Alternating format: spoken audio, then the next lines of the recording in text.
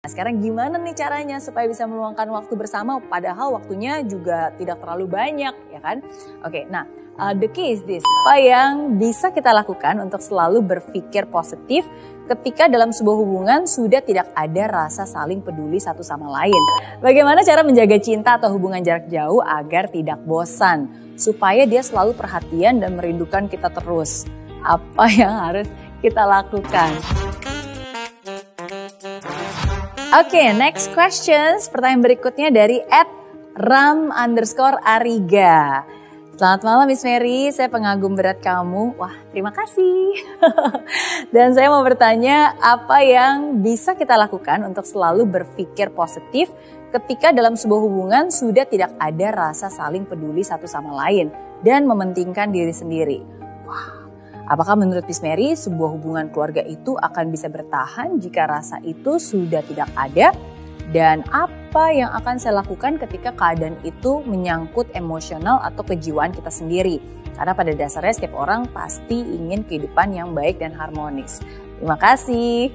Wow, hai Ram, saya panggilnya Ram atau Ariga nih. Oke, hai Ram, thank you buat pertanyaannya ya. Wow, banyak nih pertanyaannya. Oke, mungkin dari pengalaman saya dan dari pemikiran saya, semoga ini bisa bermanfaat. Ketika suatu hubungan sudah tidak ada rasa dan saling peduli satu sama lain dan mementingkan diri sendiri, tentu saja pasti tidak menyenangkan ya. Tapi saya ingin kamu ingat dulu bahwa di awal pasti kamu pernah dong saling sayang dan peduli. Cuma mungkin ada sesuatu yang terjadi dan itu dibiarkan dan akhirnya sekarang benar-benar saling gak peduli nih dan saling gak mementingkan diri sendiri dan akhirnya jadi jalan sendiri-sendiri. Oke, nah jadi saya selalu kasih analogi sama seperti kalau sesuatu hal yang baik itu pasti dirawat ya, sama seperti kuku. Oke, kalau kuku ini kita tidak rawat, lama-lama bertumbuh dan ketika kuku itu panjang, seringkali kita jadi tercakar, kita jadi terluka dengan kuku tersebut. Nah, ketika kuku yang panjang itu melukai kita atau akhirnya tercakar, apa yang akan kamu lakukan? Ya, kamu akan ambil gunting dan kamu akan potong kukunya. Betul. Yang dipotong kukunya bukan jarinya. Kenapa? Ya karena kamu pikir, ya iyalah Miss Mary, masa jarinya yang dipotong, ya kan? Nggak masuk akal dong, harusnya kukunya yang dipotong. Nah, sama juga dalam sebuah hubungan, menurut saya kalau hubungan itu tidak kita jaga dan kita rawat dengan baik, suatu saat pasti mungkin akan bisa melukai, sama seperti kuku. Tapi ketika kita menyadari hal tersebut, yang harus kita lakukan adalah kita potong kukunya, bukan tangannya. Nah, dalam sebuah relationship berarti yang kita potong adalah egonya, bukan putus hubungannya. Nah, artinya salah satu dari kalian harus ada yang mau mengalah. Ini bukan masalah benar atau salah ya, tapi ini masalah siapa yang mau mengalah, yang mau bersuara duluan, yang mau mengulurkan tangan duluan, dan mau melakukan pendekatan. Ya, karena ya pada akhirnya ketika semua udah berjauhan, ya mungkin ya akhirnya jadi sendiri-sendiri. Tapi ketika seseorang sudah berniat baik dan akhirnya niat baik itu terus-menerus dilakukan dan dikomunikasikan, saya yakin pasti waktu yang akan mendekatkan kalian kembali. Dan kuncinya juga harus bersabar. Kenapa? Karena sama seperti sebuah luka, kalau luka itu sudah terlalu besar, dalam prosesnya pun juga butuh waktu untuk menyembuhkan, butuh waktu untuk pemulihan. Nah, jadi sama juga dalam sebuah hubungan. Jadi kita nggak bisa berharap bahwa oke, dalam waktu sehari pasti bisa balik lagi seperti semula, ya pasti tidak seperti itu. Ya, tapi kita sama-sama mengusahakan dan kita sama-sama memberi jeda waktu untuk saling menyembuhkan dan pada akhirnya bisa kembali saling menyayangi dan nggak egois lagi. Dan apakah hubungan itu bisa bertahan walaupun rasa sudah tidak ada? Jawabannya bisa. Karena hubungan itu bukan hanya tentang rasa, tapi itu tentang komitmen, tentang usaha, tentang kemauan. Ya, jadi komitmen di awal, suka dan duka, tangis dan tawa, tetap bersama. Jadi asalkan dua-duanya masih mau berusaha, menurut saya cinta itu akan selalu ada. Oke, pertanyaan berikutnya dari @eni_rahayu1401. Ini tanggal ulang tahun kali ya, 14 Januari. Oke, pertanyaannya adalah bagaimana cara menjaga cinta atau hubungan jarak jauh agar tidak bosan? Supaya dia selalu perhatian dan merindukan kita terus. Apa yang harus kita lakukan?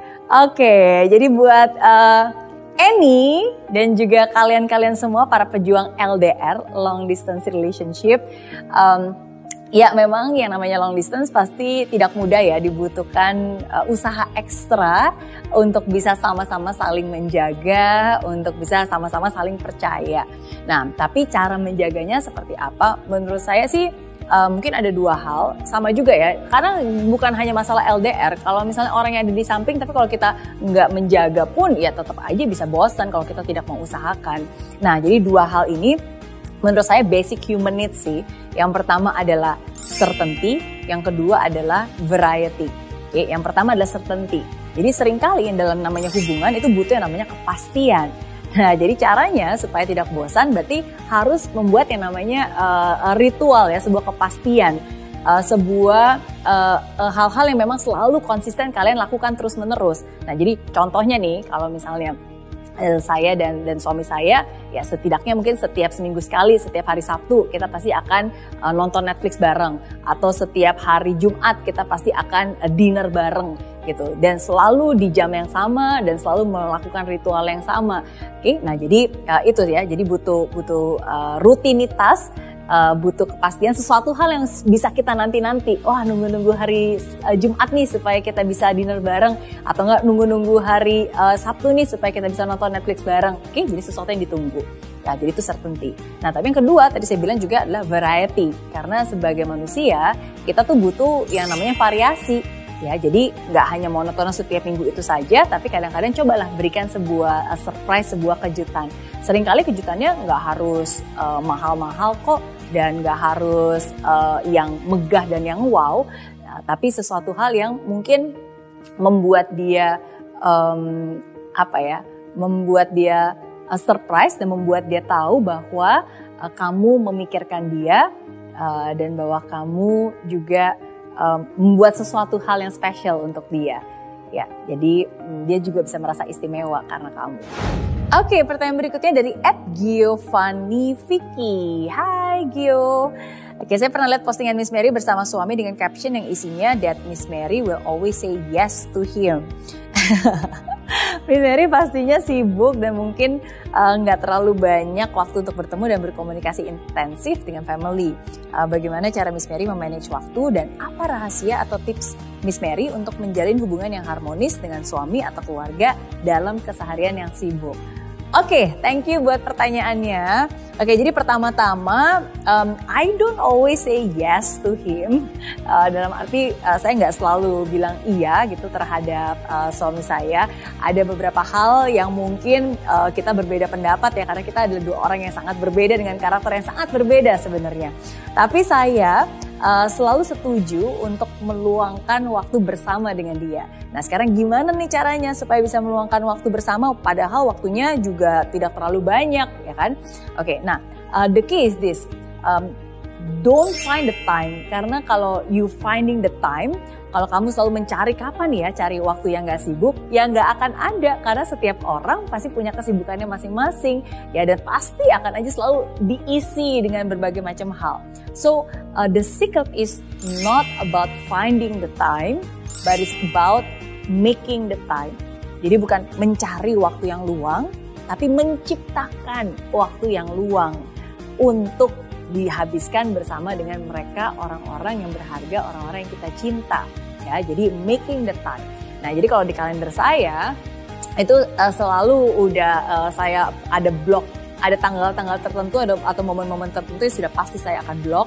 Dan selain itu pun juga selalu ada ritual-ritual tertentu yang memang selalu pasti kita lakukan. Contohnya ya seminggu sekali setidaknya pasti harus ada masa-masa waktu pacaran lagi berdua, and just me and my husband, hanya saya dan suami, either itu kita ngobrol diskusi bareng, atau mungkin makan bareng, atau mungkin nonton bareng gitu. Pokoknya selalu harus ada waktu di mana cuma kita berdua tanpa anak-anak.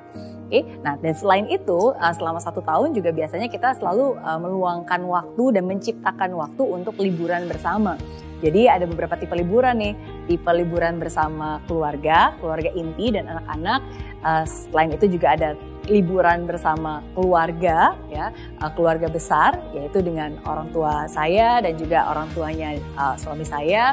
Dan ada juga waktu liburan untuk hanya kita berdua, probably like 3 hari, 5 hari gitu, tanpa anak-anak. Nah jadi ini semua harus diciptakan sih, dan ini apa yang menjadi ritual selalu yang kita lakukan. Dan the key in relationship, kalau ada yang bilang, oh it's not about quantity, it's all about quality. Jadi dia bilang, oh nggak penting itu berapa banyak, yang penting kan kualitas waktunya, bukan banyaknya waktunya.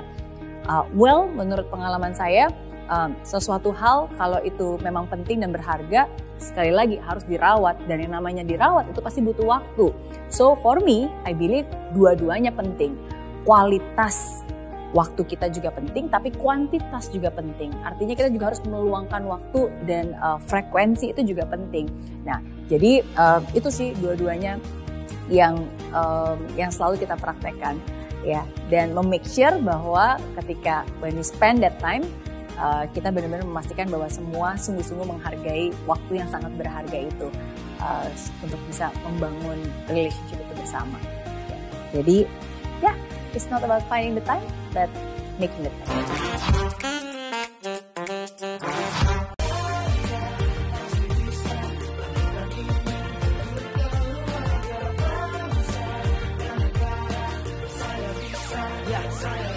Laksana bumi tanpa hujan, hidup tanpa tujuan, kering dan mati tanpa hijaunya tumbuhan. Demikian kalau mimpi tak kunjung terjadi.